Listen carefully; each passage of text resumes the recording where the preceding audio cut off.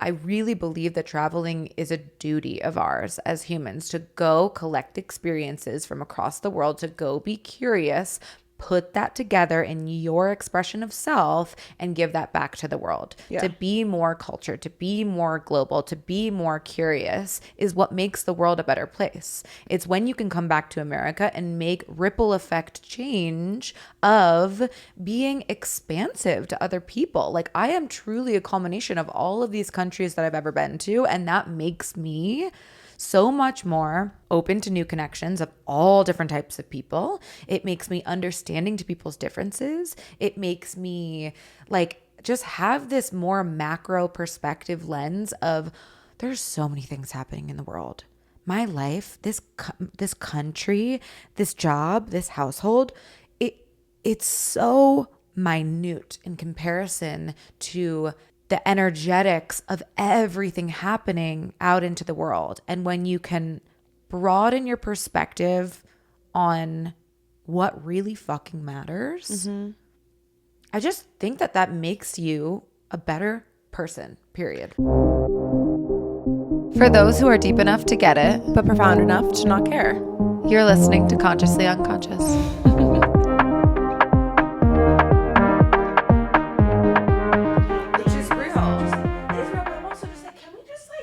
Just take a minute and let people grieve their houses and the shit that they've lost, and then maybe talk about the corruption. Like, perfect, actually stunning. Wait, let me take a picture. Beverage of the week. I'm just sitting here. I'm not helping you clean that up. Well, Amanda doesn't get a beverage of the week. You want a sip of mine? I have a beverage. I have a coffee. Okay, well, not the beverage that I brought. Actually, yeah, give me a little bit of yours. Look how much you have. You can just share. You can just sip out of mine.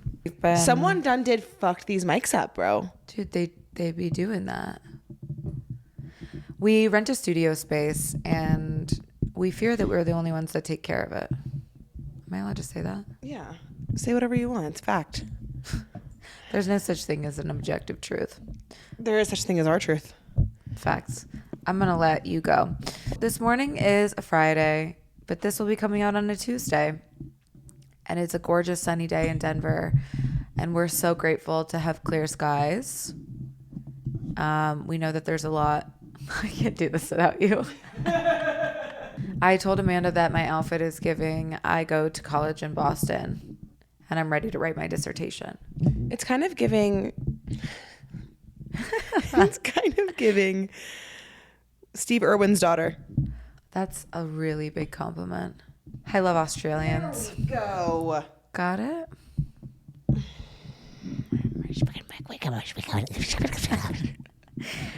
Just Joe Pesci it. Who's Joe Pesci? You know Joe Pesci. He's the guy in Home Alone. One thing about me is that I don't know pop culture. Like, if someone says a name of a famous person, I'm like... Scarlett Johansson. I know the name, but I can't picture her face. But people tell me I look like her. You've got to be kidding. I immediately thought of Angelina Jolie, but that's not it. That's really not it. Okay. All right, I am alive and well. Welcome back, Amanda. Good morning to everyone but this studio space. Because I just fucked the rug up, but somebody fucked these mics up, so just doing my part. Just doing my part to cause chaos in here. Speaking of chaos, what the fuck is going on in California, bro? Dude. What it's the fuck? Really devastating. It's really tragic. I almost can't. I feel like when big events happen like this, you can't really process that that's a real thing. Whether you're in close proximity to it or further away from it. I mean, we're obviously in Colorado, so we're not affected by what's happening geographically, though we do have family, friends there. Of course, seeing everything on social media, seeing everything transpire is absolutely tragic and just heart-wrenching. Well, and we were just there. Yeah. We were just there. We were just walking the Malibu beach, looking at all of the beautiful houses. I was Zillowing where I wanted to live in Malibu. I was writing cover letters. I was looking at wellness centers. Like, I was ready to plan my life in Malibu. Yeah. And now it's Rubble. Yeah. Literal rubble. And I just feel so heartbroken for all of the people who are literally out of a shelter, out of their sanctuaries, out of their homes, lost love letters, lost mementos. I mean, even just yesterday, Lennox found my little box of keepsakes that I've had since middle school. Yeah. How tragic It's if all of that really- just in a flash is gone. I mean, think about the people who weren't even home, who weren't able to pack up shit. I mean, it's just devastating. It's heartbreaking. Sure. Yeah. I mean, oh, it gives me full body chills to think about because there's like a lesson in it, right, of materialism and superficiality. But there's also, that's people's homes and memories and childhoods. And I feel as a Cancer so connected to my space. I love my things. I find such comfort and safe haven and nurturing, loving awareness in my home that losing that would just be, I mean, you've got to rebirth, you've got to rebuild, but that's a massive, massive life event. It all feels so eerie to me. Yeah. I think a lot of what we were even saying on one of our episodes a couple weeks back on the Age of Aquarius. Yeah. How it is this destruction, this burning everything to the ground to rebuild energy. Like literally, physically, metaphorically, everything. Literally. Yeah. How Joe Rogan on a podcast literally in July was saying that it's going to take one lucky wind fire combination to just blow through Los Angeles, and look what's happening. And what an odd thing to just watch on social media. Right. What an odd fucking thing. I think about this all the time with massive tragic events where if we didn't have technology, we wouldn't see this shit. Right. But we have access to it, and then our bodies feel it like we are actually in that lived experience when we're not. What a mind fuck. Yeah. And then we think we obviously want to be helpful, but like it's this false sense of like, what can you do? Well, it's hard because there's this line of spreading awareness and wanting to show support and stand in solidarity, but also what is your Instagram repost doing to help? Go out in your community. And the fucked up thing is that people will comment into your DMs and be like, why aren't you posting about it? Why aren't you posting about it? Yeah, I mean, the internet is a really cruel place. While it's such a blessing and a curse to be able to have access to knowledge about what's happening in the world and to be able to follow along and to be able to stay informed, it's also really a dangerous game to play about the doom and gloom. It's a dangerous game to play about people's expectations of what you post and how you support and what you're doing and what you're saying about it and what you're not saying. And so we just wanted to take a moment to acknowledge the tragedy that is occurring and send our prayers, send our thoughts, and yeah, just send good energy and offer. I mean, I don't know exactly what I can offer other than my home as a safe space. Like I'll donate when I can. I will donate clothing. I'll donate, I'll try to step up in ways, but just to acknowledge and say that we stand with you if you just need to talk about it and you just need an ear or you just need to share your experience and you want to be heard about what that was like. You want to talk through anything. I don't know what we can offer, but we want to acknowledge that we see you and we're proud of you and we're sorry.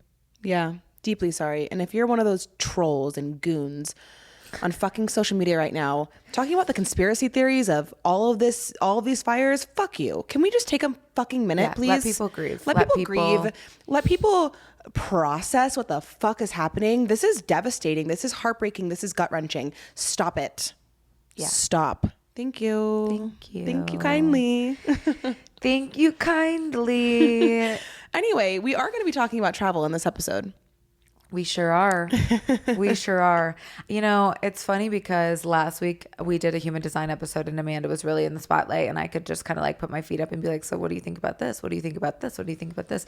And now it's my turn to grasp the mic firmly and answer all the questions. Are you feeling like you can have a strong hold today? We'll see. We'll see what comes out. I was exhausted this morning when I woke up. So I'm drinking a little black coffee concentrate and What'd you do last night? absolutely nothing. I hung out with Sid and we booked our trip to Europe. I'm going back to Europe this summer. That's a good place to start. Yeah, trigger warning. You're going to definitely get the travel bug if you listen to this episode. Yeah. I hope that you do. I can only encourage you to follow through with that little voice that's saying, just go, just go. Because that's the voice that I followed basically my whole life, is the just go voice. Just do it. Fuck it. Why not? Such a yes woman in terms of just being like, I could die tomorrow. My house could burn up tomorrow. My life could be gone tomorrow. I'm just going to go. And that has propelled me to over 35 countries. And Slay. slay. It's actually, is it 35? I don't know. Actually 37 and a half. 37 and a half. No, but yeah, Sid was over last night and we stayed up. We've been trying to book our flights to Europe for this summer. Sid is a good friend of Jessa's. Oh, I'm like, where are you going with that? Yeah, Sid is one of my besties. I met her when I first came to Denver, and last summer, was it, or 2 summers ago, we led a tour group of 8 18-year-old girls through Europe. Woof. Yeah, dude, it was woof. It was an incredible opportunity where the first second I heard about it, I was like, I can get paid to go to Europe and not leave in a deficit. Absolutely. I will do anything. Did they pay for your flights and accommodations Everything. plus additional fee Yes. for your chaperone Correct. skills? Mundo. What a concept. Correctamundo. So I got asked to do that just through, it's always about who you know, not what you know. And Ain't that right? ain't that right? As an investigator, my network is large. And I am. Actually, it's as the opportunist. Oh, right. Okay. Clearly, I didn't listen to Amanda's human design chart reading. I'm an opportunist, so I'm going to take every opportunity that gets thrown at me. And one of the opportunities was to go lead this group through Europe. And I was supposed to go alone, but the group of gals asked if they could have a second chaperone. And so the guy running the tour group was just like, yo, you want to bring someone? And I was like, yeah. And so I asked it, I was like, you trying to come to Europe this summer? So we traveled through 5 countries with 8 18-year-old girls. Absolutely insane, because I picture myself being 18 and being let loose after graduation, and Not a good just scenario. leave that to your own imagination of when the drinking age is lowered, when you are with 8 of your best friends, when you finally go off on your own, when you're in foreign countries with foreign men. How do you wrangle? You don't. Yeah. You just make sure they don't die. That's essentially it, which is even a hard task. Yeah. Yeah. I think, I played a little bit more of like hardball last year about being like, trying to be a good, safe chaperone. This year, I'm going to be like, good luck. Text me if you need me. Have fun. Yeah. Smoking a cigarette. I was hand rolling cigarettes all last year. I took them to a weed bar and a dispensary in Amsterdam. I was like trying to culture them a little bit, because I really thought that. And be like cool, big sister energy. Yeah, while they also didn't give a being- fuck. No. They were so in their own zone. Where are they from? Texas. Okay. But we booked our flights last night. We're going back. Budapest, Prague, Interlaken, Lake Como. Are you Nice. leading another group? This is what you're doing? Okay, got it. Yeah. So that's next on my travel list, is to have a little Euro girl summer. Obsessed. Yeah. Well, I think we should get into beverage of the week before we really dive into your travel experience. That's factual. Now that Amanda has spilled her entire beverage of the week, I would like to tell you what I brought that is representative of my travel experience. Can I guess via the fumes that are You already looked at the oozing bottle. off You're not of allowed this? to guess. I actually didn't look at the words. I just looked at the color. What's Fine. in it? Guess. Ginger, and I know turmeric is in it. That's it. Ginger, Okay. turmeric, pineapple. Nice. It's passion fruit, pineapple, lemon, turmeric. Ooh. And so I brought this fresh juice because a big part of my travels, most recently to Asia, really involved a lot of fresh fruits and fresh foods. And passion fruit is a very like foreign fruit, pineapple, very tropical, but to kind of represent like the fruits, the spices, the turmeric, like the combination of all of the fruits and spices show the variety of access to different foods and different fruits all over the world, but also a really cool blend of everything together, I think, is how travel creates a human. is you start to take places and like let those places influence you to create you as a collective human. And so when you come back from all your travels or, you know, what you absorb, you cannot be doing that in the fucking microphone, dude. That's disgusting. And I don't have It's the patience called for it. ASMR. Go to a different YouTube channel if that's what you want. Like, Amanda's testing my misophonia in the thick of my period. Not a good thing to do. Are you on your period? Yeah. Wait, I think we're syncing. I was 6 days late this month. 6. I was 4 days early. We're syncing. Wow. Yeah, it's happening. Synced up, my boy. Yeah, I don't want to talk about my period, but I will tell you. My last tidbit about the beverage of the week is that I think the combination of everything all in one is a great representation of how travel and exposure to different languages, cultures, foods, experiences, people can broaden your perspective as a human and create you as this like mishmash of everywhere you've been and everything you've seen. You are a collection of your experiences. You are a collective expression of every situation that you've ever been in. And when you diversify that more and more, that gives you a really dynamic, cool interplay. You are your own signature recipe. That's facts. And the ingredients are the travel, the culture, the perspective that create that signature recipe. That's absolutely factual, Amanda. I love that, Jessa. Is it good? It's delish, but I realized we haven't sang, so. Okay. You sang last week. I want it to be a little bit inspired by your travels. I want it to be a little. Beverage of the week. I went straight for Asia. Beverage of the week. What culture is that? Every time Amanda makes me do beverage of the week, I get like really sweaty and nervous, and I don't like it. I don't like having a solo. She's so good at it, and I don't like it. It makes me feel like awkward. Really? And special ed. Well, I think you need to step up to the plate. This is good growing pains. Yeah, I've gone through enough of those when I've solo traveled the world by myself. I don't need to sing into a microphone. What? I think that's enough then. I think that was fine. I think that was actually perfect. Okay. I need to regulate my nervous system. Anyways. Well, thank you for bringing that beverage of the week. It is actually delicious. It's just a little tart. Yeah.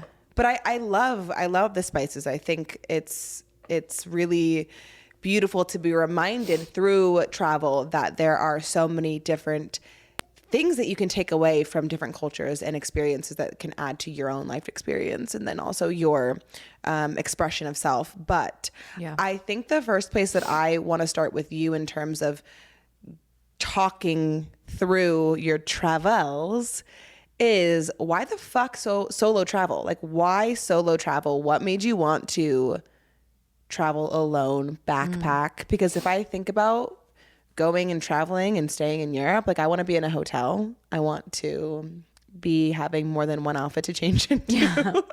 And I have no idea how the fuck I would fit things in a singular backpack. It does feel a bit unapproachable when you think of it from a specific lens about like how uncomfortable, how scary, how do I pack for it? Where do I stay? Where do I even go? How do I meet people? Like it can be really overwhelming to anticipate solo travel. But I feel like it's one of those things where when you're doing it, you just do it. Just like the way that you're raising children. When you do it, you don't know how the fuck you're going to make it work, but you just do it. But what was like the catalyst for you? Like what was like your eat, pray, love moment of I have to get the fuck out of here. Just go. What was the catalyst? You know, I grew up in a household that was always that valued travel from the start. We valued experience over material items. And so we were traveling outside of the country when I was very young, which I feel very grateful and very privileged for. So it was always instilled in me that learning about other languages, learning about other cultures, learning about other perspectives and art and history was like just something that you do. And I think that's really lacking in American culture is the curiosity. We're not taught that we're supposed to learn about anything other than our egocentric view of what we already have here in America. That's actually my biggest critique, I feel like, of America is instead of like European countries and people in Australia who do a gap year after high school and go to travel, we just go straight into college and we have to think about the next 4 years instead of taking a fucking moment to culture ourselves. That's the biggest critique I have. Yeah, and we are really centralized as a nation to we have everything that we already need here. Why would you need to travel? This is the best country ever. Our economy is the best. We have everything you need to see. Don't leave. You don't need to see. Everything out there is dangerous. Don't go. Yeah.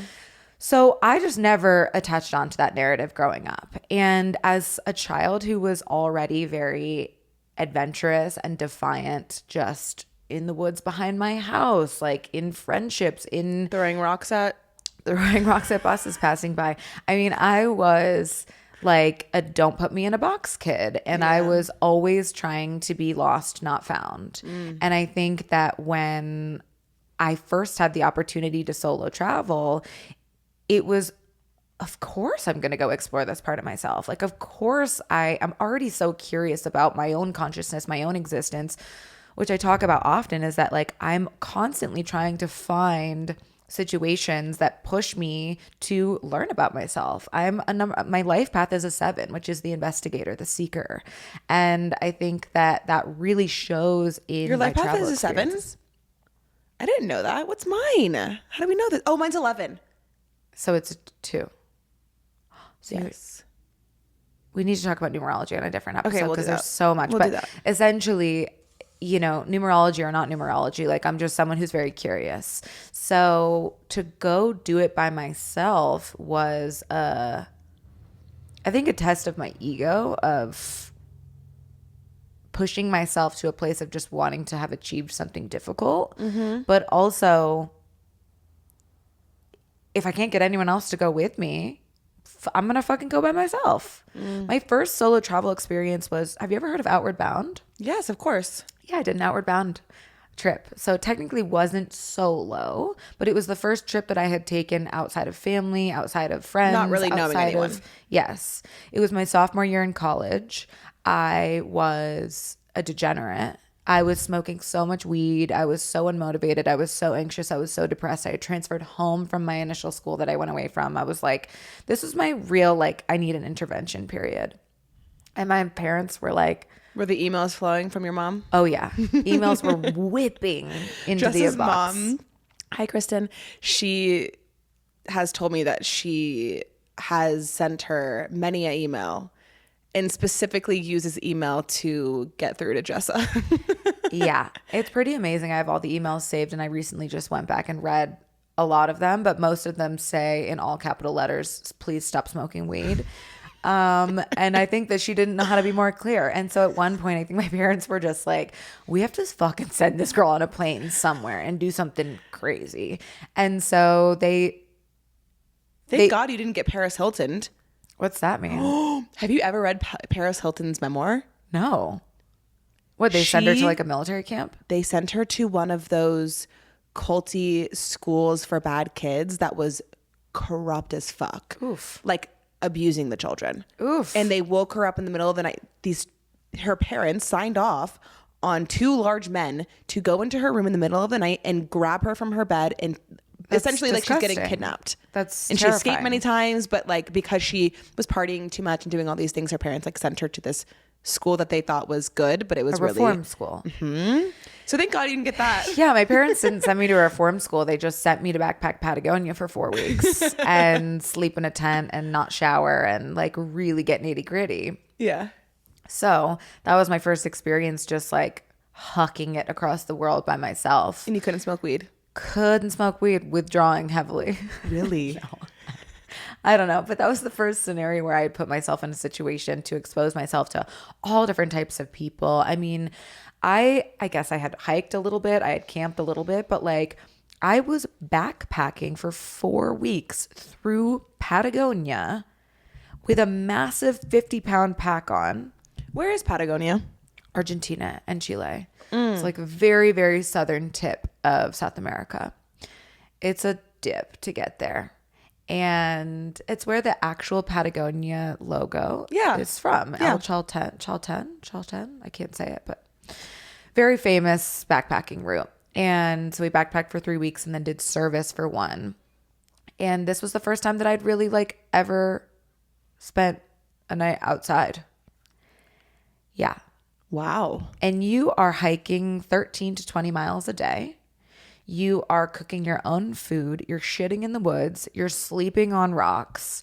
You are so close to the essence of humanness. Yeah.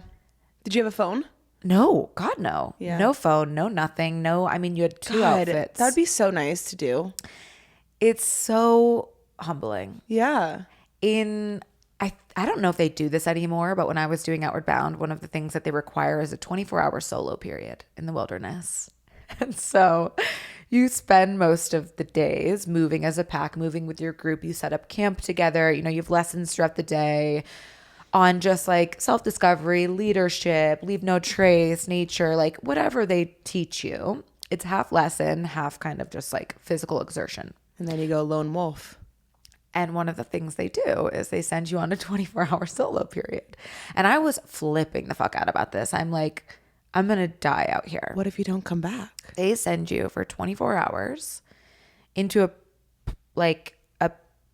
space where you have no access to see or hear anyone else. So you're at least a half a mile apart from everyone else. Do they bring you to that spot? Yes. Okay. Each chaperone just like drops you off. They give you a whistle, a sleeping bag, and a tarp, and a journal. You have no watch, you have no phone, you have no idea what time it is. You have literally nothing. And I think I had like a little container of food. For 24 hours? Correct. And so they drop you off, and Where do my you sleep? spot was on a beach, which was really nice. Yeah. And so I'm like there, I set up, I'm like, ooh, this is so fun. I'm alone. Like at first you're just like hanging out. I swear this is movie scene type shit. All of a sudden, I have my sleeping bag and my tarp. It starts to torrentially downpour. It's dumping rain.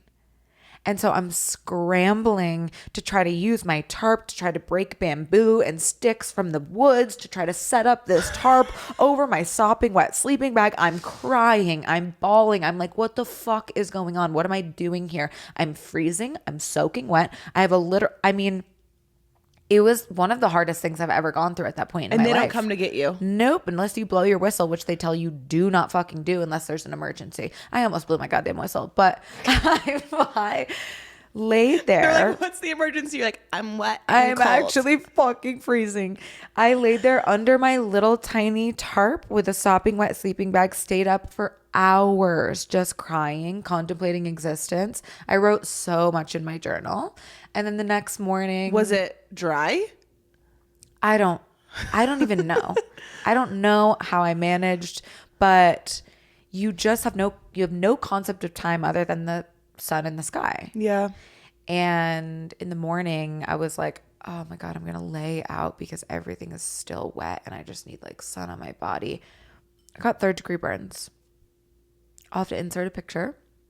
My face for the rest of the trip was blistering, peeling. I mean, Patagonia sun is not to be fucked with. And What time of year is this? January, which is their summer. Yeah. Yeah. So your parents send you and you come back blistered and cold and hair strung out. They're like, did you have fun? yeah, did you have fun? And I like partially, it's one of those things where partially you don't have fun the entire time because it's grueling. What was the service?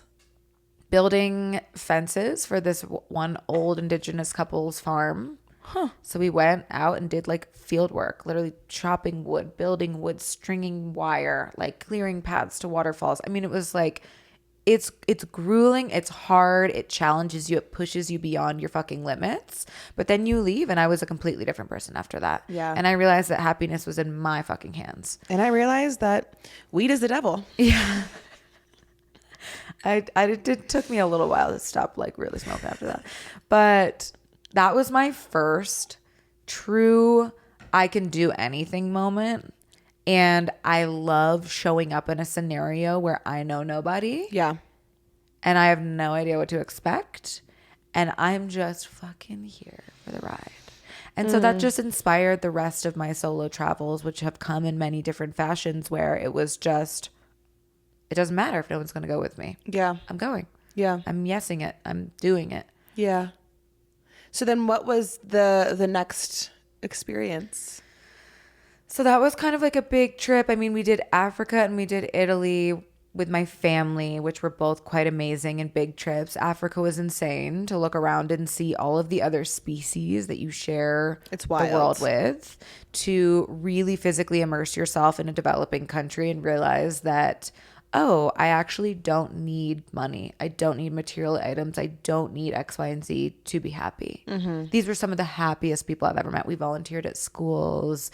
We, did safaris, but we visited with a chief in one of the neighborhood or villages, local villages. I mean, like, that was also extremely eye-opening to see, wow, the contrast of how people live in this planet, on this planet, is unbelievable. Yeah.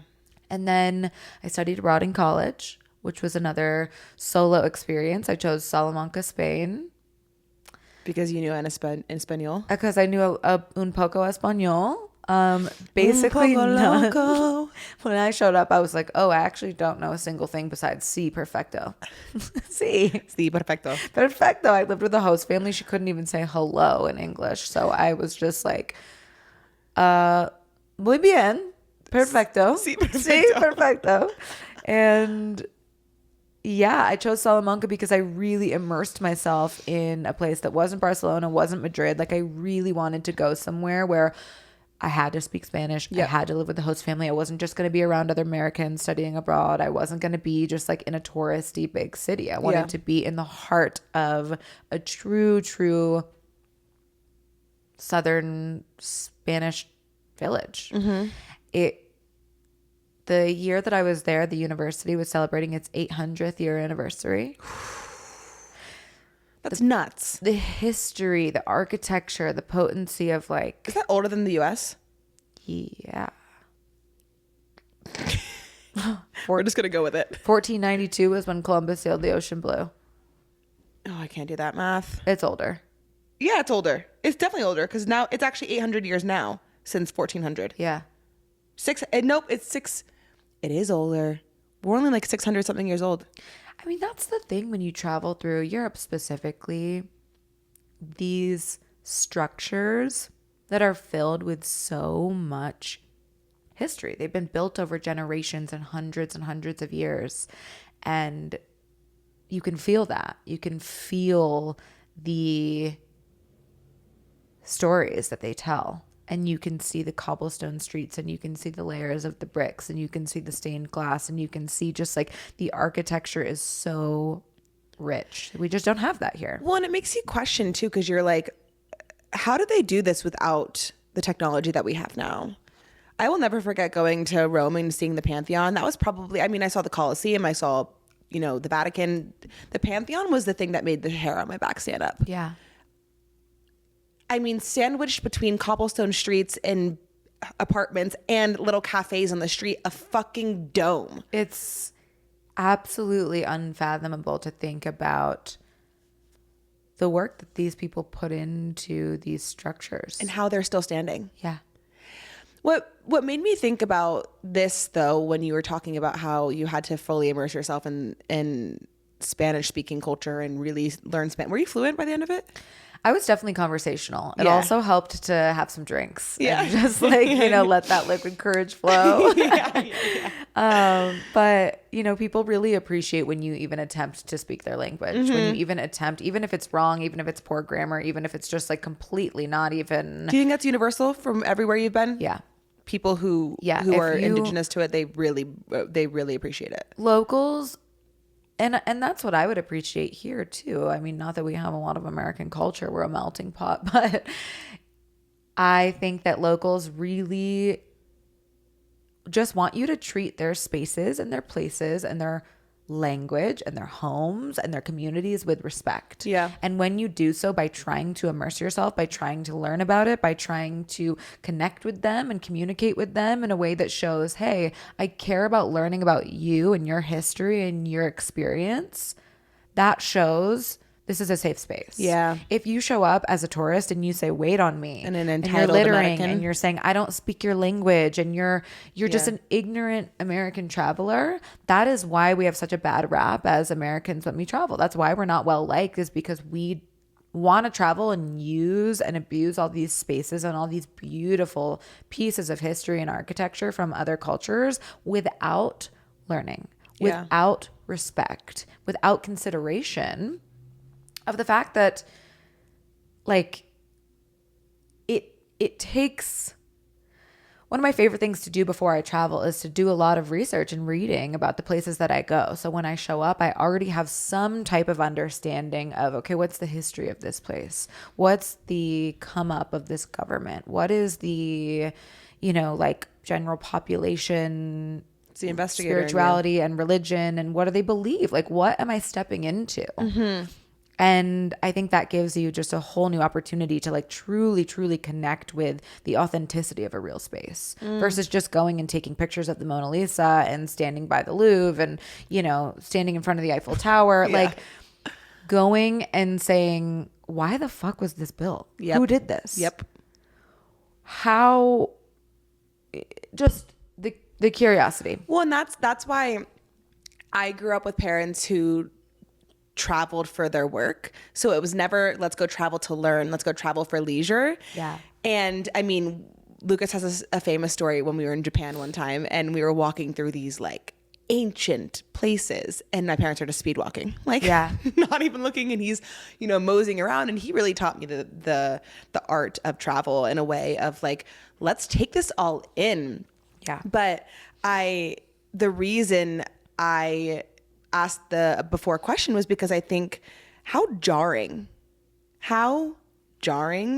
to be on a beach in Patagonia by yourself, journaling, contemplating existence, doesn't have a phone, doesn't have a clock, going to a village in Spain and trying to learn the language and not knowing anybody, and then coming back. It's almost like you're living in an alternate universe. It's almost like you are literally not Jessa. Exactly. That's a perfect way to put it. And we talked about this in the friendship episodes, but one of the most beautiful parts about traveling is that you can be identityless. You can show up as whoever you want to be, and you can allow your environments to morph you into who you want to be. Mm-hmm. Just like you do here with your relationships and your careers and your friendships and your environments in your daily life, that turns you into someone, right? That affects your presence and your persona and your personality and your wants and your preferences and your dislikes and whatever.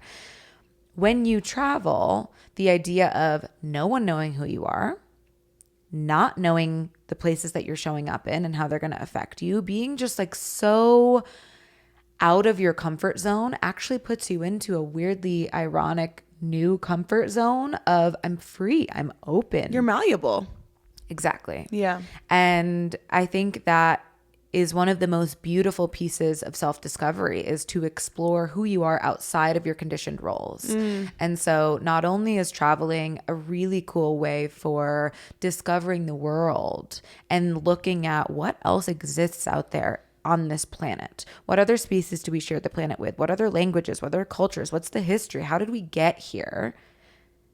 So learning externally about environments, it's also the largest internal tool to examine self, to look at, why am I the way that I am? How is my upbringing different than this? How is my language affecting this? How are my limitations of who I think I am changing now that I'm in a completely new environment? It's so fascinating to me. And to listen to other travelers' stories and all these people that you meet, that it's just like, I mean, I could listen to people's experiences all day of what holiday did you celebrate growing up? Wait, what, where did you live? What city did you grow up in? What food were you eating? Like, it's amazing. Do you think you get intuitive hits that tell you that just go? Do you think that you have these moments of, I need to learn. I need to go so I can learn something else. Like, when like you need to kind of do those things. Yeah.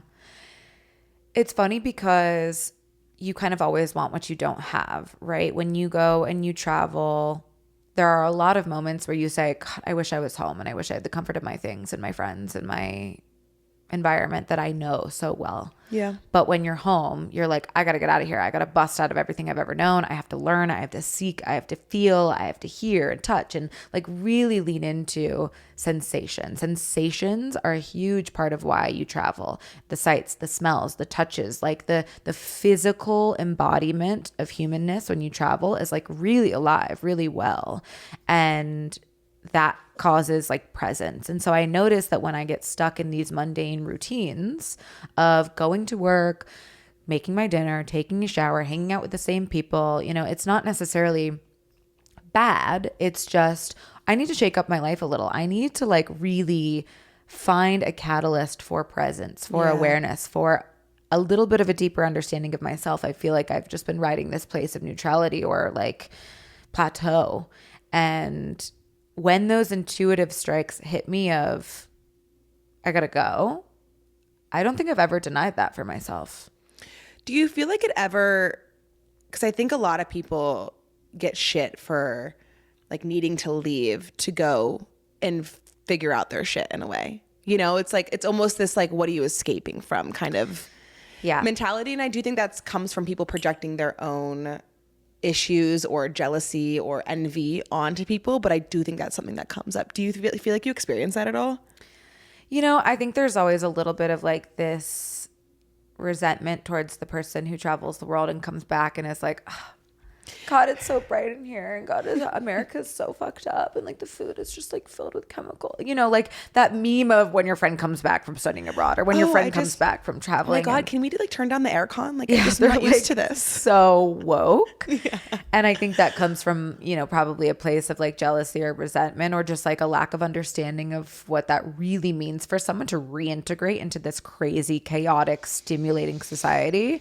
But also I think that this concept of escapism and leaving to go find yourself, like you have to release the expectation that traveling is going to fill a void or heal you in a certain way. You have to go simply for the experience of it. Simply because you know, yes, it's going to enhance my knowledge. It's going to enhance myself, you know, connection. But if you go thinking traveling is going to fix me, just like anything else, having a baby is going to fix me. Getting in this relationship is going to fix me. Nothing's going to fix you. Getting on a plane and flying across the world isn't going to fix you, isn't going to heal you fully. It might give you opportunities to learn about yourself, to heal yourself. But it's not this concept of escaping, running away from what you have here, I think needs to be reframed to going to open doors, going to explore opportunity, going to be curious with no expectation of outcome other than what's out there. What am I going to see? I was just telling Lucas this yesterday that I think the biggest thing I learned in my early 20s, now entering my late 20s, is to not be attached to experiences and outcomes. Yeah. Like you genuinely, it's the age old phrase of like, make plans, God laughs. Like, and I think that's why I'm having such an issue with vision boarding this year, because I'm just like, you can plan. But if you are so attached to the outcome, it's probably not going to happen, or it's going to show up in a different way and you're not going to be able to appreciate it because you're so stuck in that one vision. Yes. And so I think that like that's a perfect thing, is like, it's not about going and being attached to what you're going to get out of these travels. It's about like just open arms receiving whatever the fuck comes. Yes. And I think that's when the best stuff comes. That's when the best stuff comes, because you almost like allow yourself to revel in the surprise, like the delight. And of course, I also don't think there's anything wrong with needing space from an experience or an environment to be able to look at it objectively. Sometimes you 100%. Have to. So if you are also in that moment where you're like, fuck this, fuck my relationship, I'm so unhappy, fuck off. Like, go do it. I'm saying fuck so much in this episode. Sorry. Okay. But like, go do it, because then most likely you'll come back and you'll be able to like have more perspective to look at where you are now. Yeah. And here's the thing that I want to distinguish when we talk about just go, just do it, just pick up and leave. I think there's this notion of traveling is really difficult to access. It's really expensive. How do I just leave my life behind? I have a dog, I have a house, I have kids, I have a family. Like, I want to acknowledge that there are a lot of times where people can't just pick up and go. Yeah. I feel really lucky that I am an independent person right now. I take care of I am an independent bitch. I am an independent motherfucker. I take care of myself. I pay my own bills. I live alone. Like, I am just in a zone where like I am lucky enough where I can pick up and go. But I also want to encourage that I don't want people to write off the possibility of them being able to go, because it actually really is accessible. And I think we need to distinguish the idea of like a vacationer versus a traveler. Vacations are viewed as sometimes like going to be in these like luxe places and getting comfortable and like taking an escape from your life. That's a very luxury oriented approach, which is great. Sometimes that's what you need, but like that's not traveling. That's not being a traveler. Being a traveler is being willing to get nitty gritty, being willing to stay in hostels, being willing to wear 5 outfits for a month, carrying around a backpack, being willing to put yourself in really uncomfortable situations, A, for in the name of growth, and B, in the name of budgeting to make it work. Yeah. And I had so many people ask me when I was in Asia. I just went to Asia for 6 months. If you haven't heard me talk about it, fuck off. Because I Did you know I went to Asia? Yeah, I the taught way- yoga in Asia for 6 months. Did you know?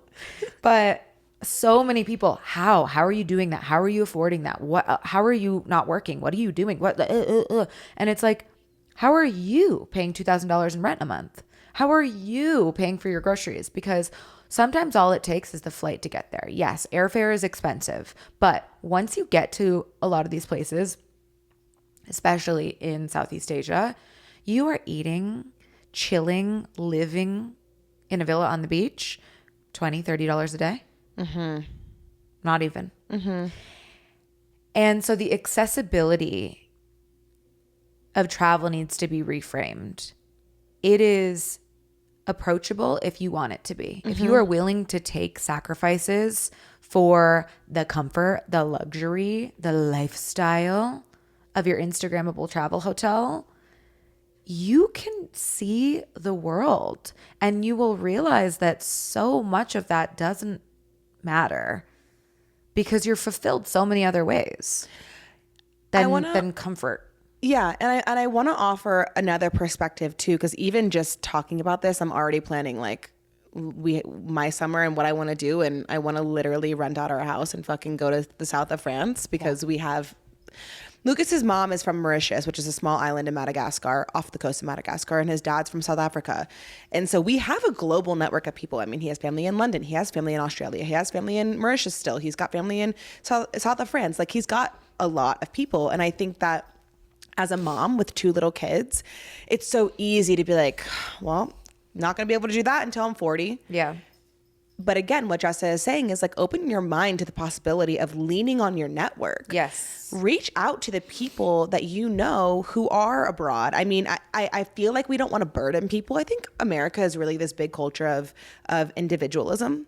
We don't want to ask for help. We don't want to lean on our people. We don't want to be a burden to people. But you're probably not going to be burdening the people who actually genuinely care about you. Totally. And would love to take you guys in and love to host you. And something that I always think about too is my kids are so young right now. They're 4 and 2. How incredible would it be for me to give them that experience, to be able to culture them so that they can say, you know, for a summer when I was 4, I lived in France, or I did this or whatever. It's amazing. And maybe they learned French or something. Like, it's a lot easier, I feel like, to do it when your kids are young versus when they're already in middle school and they have their friends and they want to stay home for the summer because they want to go to the movie theater with their crushes. Like, the time is now. Yes. Genuinely. And you can always make excuses, but if you keep making excuses, you're never going to get there. Totally. And reframing your, again, like reframing this ability to do so. Think about what you do in the name of growth. Maybe you have a yoga membership. Maybe you buy all these supplements. Maybe you're taking an online leadership course. Maybe, you're spending money here, you're spending money here, you're spending money here in the name of self-discovery, in the name of self-growth, in the name of wellness and healing. What if you channeled all of those outputs into a different expression? Yeah. Because I really believe that traveling is a duty of ours as humans, to go collect experiences from across the world, to go be curious, put that together in your expression of self and give that back to the world. Yeah. To be more cultured, to be more global, to be more curious is what makes the world a better place. It's when you can come back to America and make ripple effect change of being expansive to other people. Like, I am truly a culmination of all of these countries that I've ever been to, and that makes me so much more open to new connections of all different types of people. It makes me understanding to people's differences. It makes me just have this more macro perspective lens of there's so many things happening in the world. My life, this country, this job, this household, it's so minute in comparison to the energetics of everything happening out into the world. And when you can broaden your perspective on what really fucking matters, I just think that makes you a better person, period. When it cuts through the divisiveness. Yeah. If you're able to not just understand a different perspective or a different culture, but actually immerse yourself in it and be empathetic to it and kind of walk in their shoes a little bit. Yes. I genuinely believe that is the ticket to the downfall of divisiveness. Yeah. Is understanding we are all one. We're not so different. Exactly.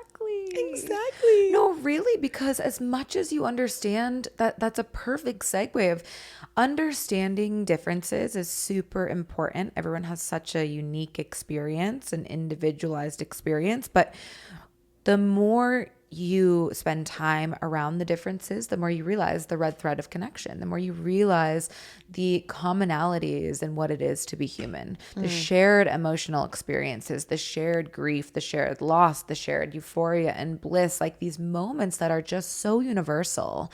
And that is a beautiful thing to realize, is that you are not alone. Something else that I wanted to bring up, which is along a thread of what you said somewhere earlier in this episode, is the presence and awareness of when you travel really leads you to be off your phone. And we often talk about how connected we are to social media and to our phones and to screen time and to the stimulation that we're seeking when we're on our phones. A lot of people utilize their phones, utilize this consumption method of whatever you're looking at on there to stimulate themselves because they're bored. They don't know what else to do. And when you travel, there are so many inherent ways that you are being stimulated that you don't need your phone. And there have been so many experiences, whether it's backpacking through Patagonia, whether it's living on a sailboat for 14 days, whether it's riding camels through the desert, whether it's like all these experiences where I just have completely forgotten that the internet or that the world of technology exists because I'm stimulated in so many other ways. I think is a really cool experience to have, is to just have no reliance on technology because you are so there and so present. And I think that's changed my relationship to technology a lot. It's changed my relationship to my phone a lot, is having those experiences where I'm like, I could chuck this thing in the middle of the Atlantic Ocean and never want to see it ever again. Yeah. And maybe people don't get that experience if they, and I even feel it sometimes, whether you're traveling or not, but being in the present moment, that is such a good thing about traveling, is you really have no option but to be in the present. Yes. You know what one of my favorite memories is when my car got a flat tire. Love? Don't love, but Last year. okay. And I had to go pick up Lennox from nature school. And I came and got you. And you came and got me. Why was that exciting? And Lennox and I rode in the backseat of the car and it started raining and there was a rainbow and you drove us home. That was the last time I saw you before Asia. Yeah. And it was just one of my favorite memories because it was just like a drop of a hat. You're like, yeah, I'll come pick you up. And like you did. And it was just kind of bittersweet because I was like, oh, like we had just kind of kindled a friendship and then you were jetting off. And I was like, isn't that cute? That's so cute. I forgot about that. Isn't it? Yeah. And I was just like, oh my God, that's so crazy that was the last time I saw you. But then you left for Asia. Yeah. Yeah. That is so wild. And it felt like I made the decision to leave and then I left all within a month. It just happened so fast. Do you want to touch on Asia or should we save that for a part 2? I can touch on Asia. Touch on Asia. Asia deserves its own episode. Something that, is a real thing is the lack of language to articulate properly experience sometimes. Yeah. And so as much as I can use language to give you an idea, we'll never get there fully, but I decided that I needed to go. I had the moment. I booked the flight one way. I didn't know how long I was going to be there. I didn't know, what I was going to do. I didn't know where I was going to stay. I just booked the flight and said, I'll figure it out. My goal was to do a 300-hour yoga teacher training. I ended up signing up for the wrong program. So when that fell through, I was like, fuck, now what? I got on World Packers, which is an amazing app for like work away, working abroad, exchange programs of living and being fed and working or being paid. I mean, it just depends, but opportunities all over the world. And I messaged almost every single fucking place that I could find that was a yoga studio in Indonesia, Bali specifically. And I said, can I come work for you? Can I come work for you? Can I come work from you? This is 2 weeks before I'm supposed to leave. Everyone's like, no, we're full for the season. No, we're full for the season. I'm like, okay, I guess I'm just like going and figuring it out. And probably like a week before I left, one of the places messaged me back and said, hey, when are you going to be here again? Because we just had a teacher drop out. And I said the 15th, and they said, we need someone for the 16th. Golden platter. Yep. I show up. I spend 2 months in Indonesia teaching yoga at a surf and yoga retreat. What the fuck? Like, those were my days. Waking up, eating fresh fruit, teaching a yoga class, going to the beach, getting a $5 massage, connecting with people from all over the world, just like totally living in this blissful freedom of I can spend my days however I want to. Reading, swimming, being, feeling, and which almost feeds the existential crisis that you have then when you come to America, which is so focused on capitalism and how you're gonna make money. And when you enter into, when I went to Southeast Asia, this was one of the first times that I ever felt like I was picking up pieces of myself. I felt Explain what that means. I don't know if it was a past life. I don't know. Like the fragmentation of your soul is all over the world. You are a creation from everywhere, from everything. You are the universe experiencing itself. And I felt like for the first time, I was like, my body felt whole. My spirit felt whole. I was just like, wow. Yeah. I am so full right now.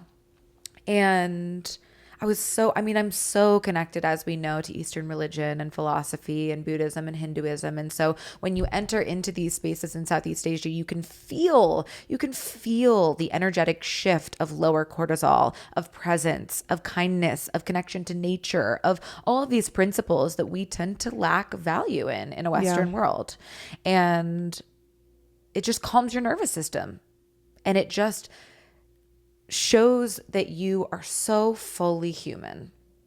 So I did 2 months in Indonesia, which was a lot for me about body image. About I felt like that was a very external couple months for me, about focusing on my physical health, on movement, on what I'm putting in my body. It was almost this like, wow, I'm really getting in touch with my physical form. And then I went to Thailand. This is where I did my 11-day fast. This is where I did my Reiki training. This is where I really was like, okay, I'm going in. I'm going inside. I am like so here for all the work that needs to be done on my spirit, on my soul. And that was the most intense 2 months of my life, but also the most rewarding. And I went to an island called Koh Phangan, which is right south of Koh Samui on the east side of Thailand. And it is just heaven on earth. It's heaven on earth. Same thing. You're drinking coconuts by the water every day. You're swimming. It's hard work because you're facing a lot of shit. Yeah. You're starting to miss home. You maybe have gotten sick a couple times now because of the food. You are, there are a lot of discomforts that come with it. Confrontational. That's a perfect word for it. But also just, again, like so alive.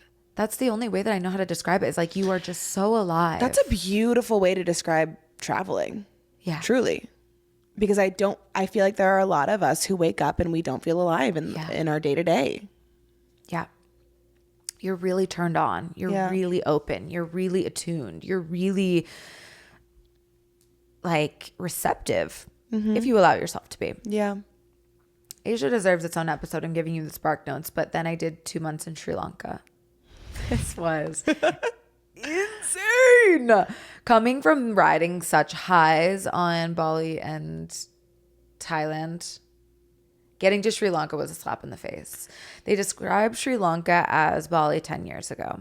It's very underdeveloped. It's not westernized. It's not commercialized. I mean, it's a beautiful, beautiful country, but it's definitely got that kind of chaotic, intense, darker energy, just like India does. If anyone's ever traveled to India, like it's intense, it's fast, it's dirty, it's like, it's a lot. There's a lot there. And Sri Lanka's right below India. And so when I first showed up, I got all my shit stolen out of my bag.